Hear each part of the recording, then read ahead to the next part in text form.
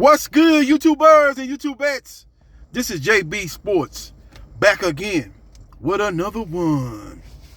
Saul Canelo Alvarez, undisputed super middleweight champion, in his last fight defeated his old-time nemesis, Triple G, in a glorified sparring match.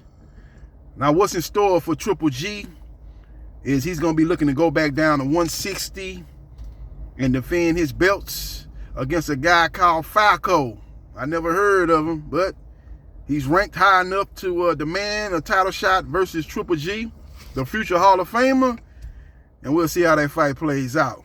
But as far as Canelo Alvarez goes, I'm hearing that the PBC, led by Al Heyman and Showtime Boxing, are looking to offer Canelo Alvarez a huge amount of money to take on WBC middleweight champion Jermall Charlo.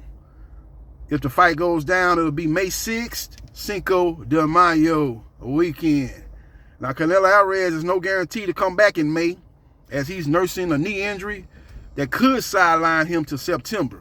So we will see what happens, and we will see what transpires. Now, his promoter of his last two fights, Eddie Hearn, the P. Diddy of boxing promoters, always in the video, is running around here acting like he's still promoting Canelo Alvarez, like Canelo Alvarez still has a contract with Matchroom Boxing, but that's not the case. You know, he's basically saying that, look, if Bivol beats Ramirez, we're going to do the Bivol-Canelo rematch. Yeah, if Bivol want to do it. Yeah, if Canelo Alvarez decides to do it. Canelo Alvarez is the ultimate shot caller, but actually, Bivol is the one that's calling shots in this case, because if you let Bivol tell it by recent comments, he's saying that been there, done that as far as Canelo Alvarez goes. If he's successful versus Gilberto Ramirez November 5th on DAZN, he's going to chase undisputed versus the off the better beef Anthony Yard winner, and that fight's going down in January. So we will see what happens, and we will see what transpires. But make no mistake about it, the most lucrative fight out there for Canelo Alvarez is Jermall Charlo. The PBC can offer him anywhere in the neighborhood of $45 to $50 million guaranteed for that fight. He's not going to make that fighting Dimitri Bivol. You look at the last fight that they had, the pay-per-view numbers were dismal. Now,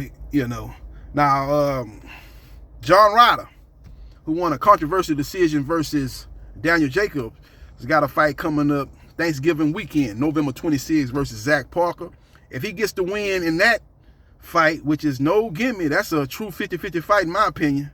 I think John Ryder probably is going to win that fight. He's been in there with the better competition, but that's really a true 50-50 fight. If he's able to get the dub in that fight, maybe Matchroom Boxing will offer him to Canelo Alvarez for a big fight over there in the UK for Cinco de Mayo. So we will see what happens, and we will see what transpires. You know, Cinco de Mayo weekend is a very popular weekend for the Latino community. Canelo Alvarez has had all his fights here in the US, where they have a huge Latino population. For him to go over there to the UK, where they have little to no Latino population there, you know, that would be different, but maybe Eddie Hearn will be able to persuade him to take that fight. Because according to Dimitri Bivol, he's basically saying, as far as a rematch goes with Canelo Alvarez, he's basically saying, been there, done that. He's not interested in that fight. If he's successful versus Gilberto Ramirez, he's going to chase undisputed against the winner of Arthur Beterbiev, Anthony Yard, which will go down in January on BT Sports and ESPN+. So we will see what happens, and we will see what transpires. But that's the latest and the greatest, man. Espinoza and Heyman are going to be looking to, once again, try to deliver that fight for the PBC. Canelo Alvarez versus Jermall Charlo. They tried before. Canelo Alvarez chose to accept a 2-fight deal with Matchroom Boxing to take on Dimitri Bivol in the 3rd fight with Triple G. Now that he's a free agent, they're looking to revisit those negotiations. So we will see what happens, and we will see what transpires. We'll see how it all plays out.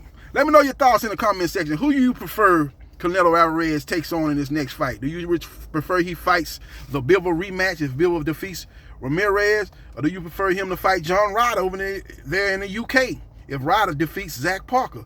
Or do you prefer that he fights the most lucrative fight, the most lucrative option in WBC middleweight champion Jermall Charlo. Let me know your thoughts. I know a lot of people gonna be out here saying, like, man, Jermall Charlo don't deserve a fight with Canelo Alvarez. Jermall Charlo has fought absolutely nobody. Jermall Charlo has done nothing in the last couple of years. He's very, very inactive. Why should he get a big payday in a lucrative fight versus Canelo Alvarez? Well, why did Rocky Fielding get a fight with Canelo Alvarez? Why did Abney Yildirim get a fight with Canelo Alvarez? I know a lot of people say, wait a minute, he was in line to fight. He was the highest ranked fighter in the WBC, and that was for a vacant belt. Yeah, but he was coming off a loss, so that was nothing but the WBC playing games with the rankings. He shouldn't have still been ranked that high. He was coming off a loss to Anthony Durrell. With all that being said, Jermall Charlo is the WBC middleweight champion, undefeated. You know, he's beat J. Rock Williams, he's beat Austin Trout, he beat Sergey Derevchenko. You know, he's beat some good names. It ain't like he ain't fought nobody. It ain't like he's been fighting to cab drivers and ditch diggers. He's been fighting some good names. Now, he's been very inactive. He's got some personal issues he's been dealing with. But like I said, he is the biggest name available for Canelo Alvarez. He is the most lucrative fight available for Canelo Alvarez. So we will see what happens, and we will see what transpires. Follow me on Facebook, Gerard.Briscoe.3551. Like, share, and subscribe to JB Sports, the man, the myth, the legend. And I holla.